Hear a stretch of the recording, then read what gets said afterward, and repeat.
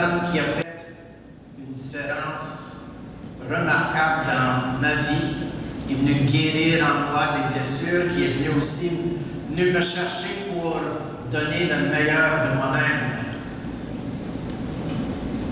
Et dans cette même réflexion, je me suis dit, si c'est possible pour une personne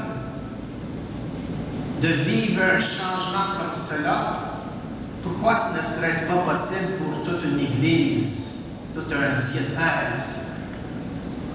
Et c'est là d'où vient mon espérance qu'une vision commune puisse rallier tous les troupes pour qu'ensemble on puisse laisser Jésus nous donner la vie en abondance. Who today does not want a church who is fully alive? If you're here tonight, it's because you believe that it is possible. If we can only learn how to discern the promptings of the Spirit that leads us, and that helps us answer to the very real realities of our times. Our church today has something awesome to give. But in its message, it needs to be relevant to the people of our time. And I think our church can do that in a very powerful way. We just need to believe. And your response tonight, anyways, is a sign. You know, people have been telling me we've been waiting for this night for a long time. Well, I've been working 2 years on this thing.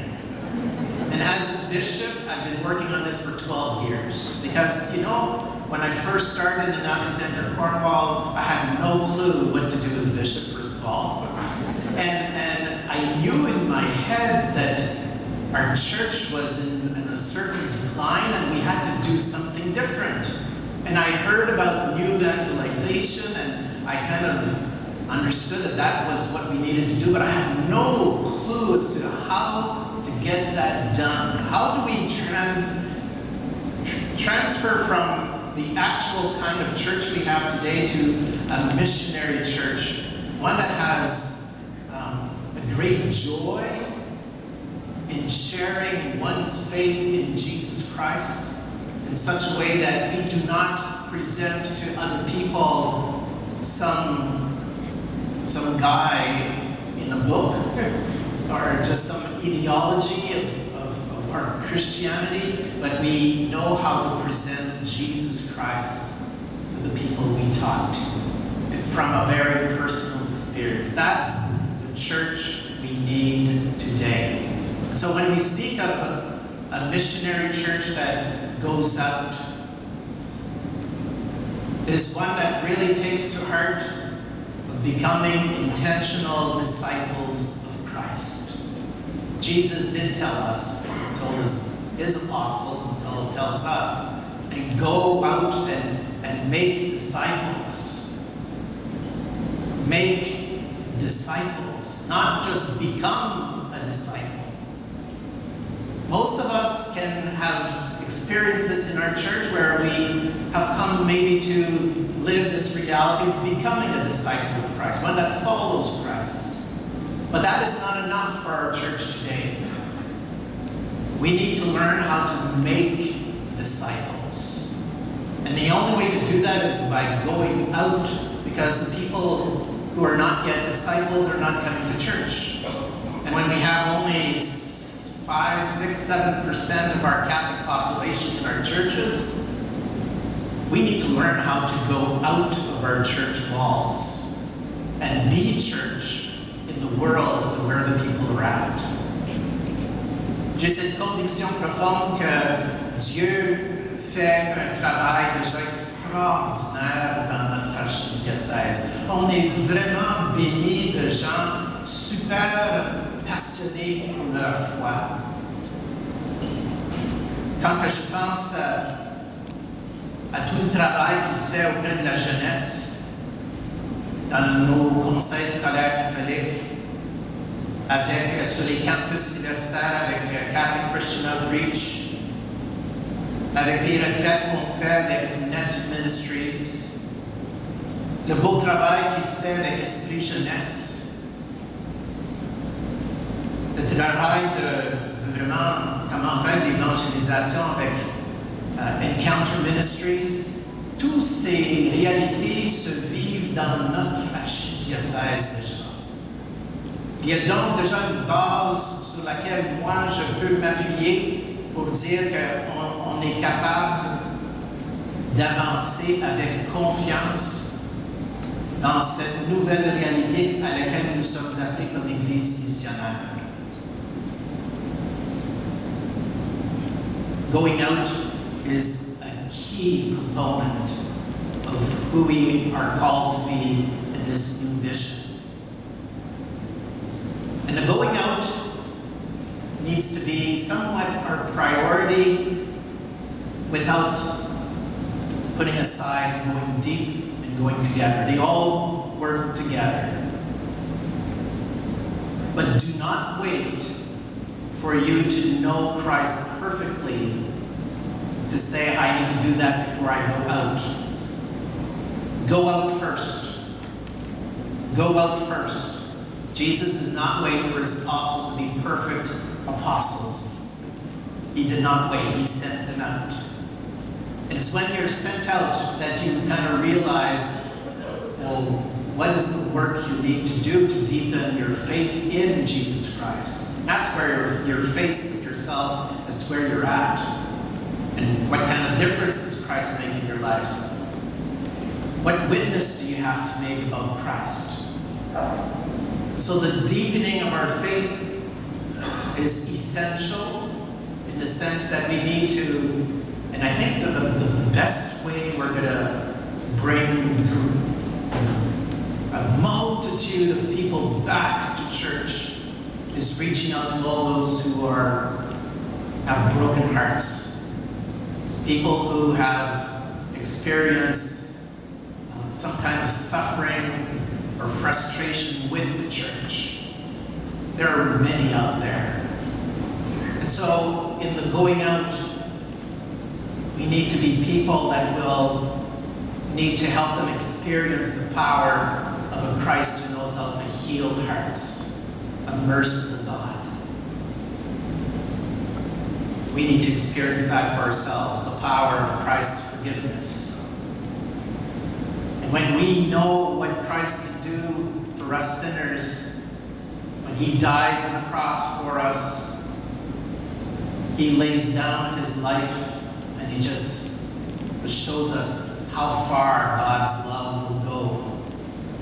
That's the very same kind of love we are called to give to the people, our brothers and sisters who are out there, who are just waiting for such an encounter to happen.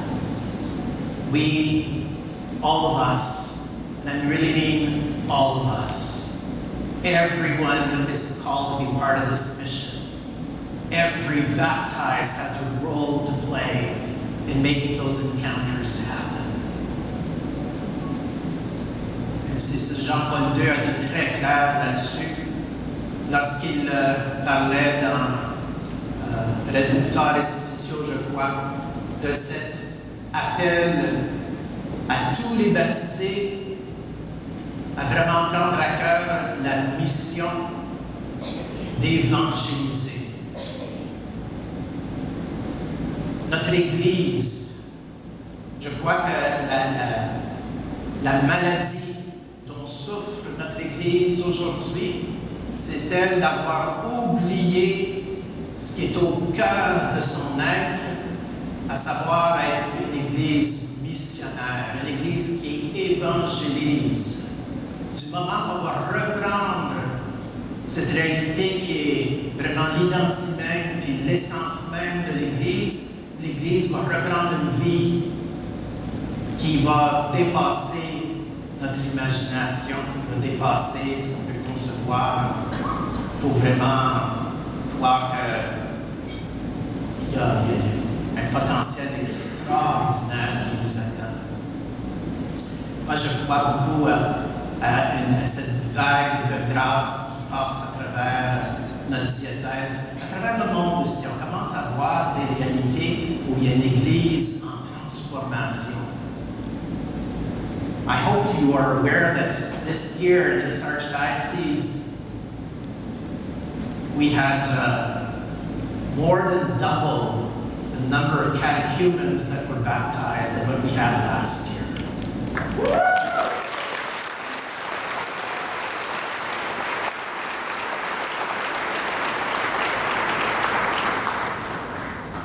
And I'm not sure we can claim that we are responsible for that as a church. This is God's work. I'm telling you, this is really God's work. People are showing up at the church and saying, I'd like to be baptized, and you have never met this person before, like, where are you coming from? And these people are hungry for truth, they're hungry for God, they're hungry for a spiritual life, for purpose in life. The going out is not going to be that difficult.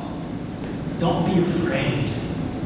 People are longing to meet and encounter people whose lives have been changed because of Jesus Christ. So just simply go out and share your faith.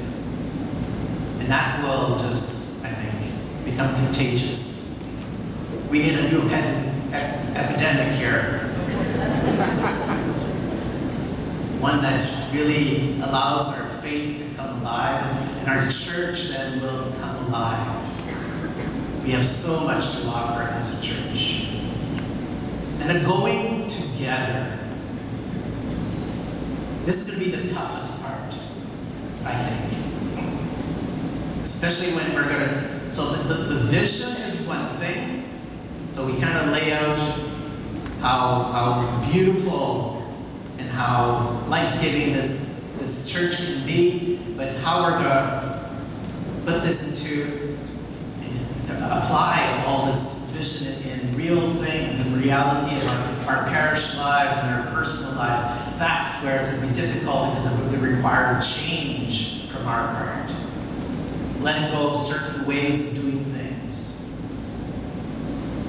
Embracing Christ fully, and fully in our liturgies. Our liturgies need to be beautiful and truly relate the sacredness of our liturgies, that sacramental grace, and truly touch the lives of the people who are in the pews. But the greatest challenge will be outside of our pews, outside of our church walls. That's where we need to learn how to do this, and we need to learn how to do this together in such a way that the mission will always be the focus of everything we will try to do. This means you're going to be praying for the success of the mission in your neighboring parishes.